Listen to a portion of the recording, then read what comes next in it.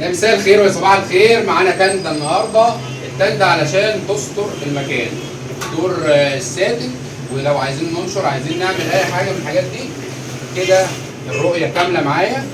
وهقفل تندتي على الوضع ده، قفلنا التندة كده تمام التمام والرؤيه كامله. طب انا لو عايز استر المكان او في اي حاجه حد قصادي، الشمس، الكلام ده كله، هننزل التندة بكل سلاسه على الوضع ده لتحت خالص.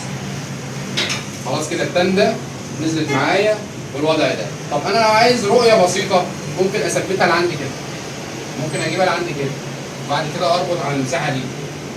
طب عايز اكتر ارفع، عايز اقل، وهكذا. طبعا التندة ديت ما شاء الله حجمها كبير، وعايزين نستر المكان كامل. عملنا زي نظام مراية من فوق، تمام، كحماية غير التندة. يعني التندة دي 2 في 1، مراية كساتر بالإضافة للتندة كمان.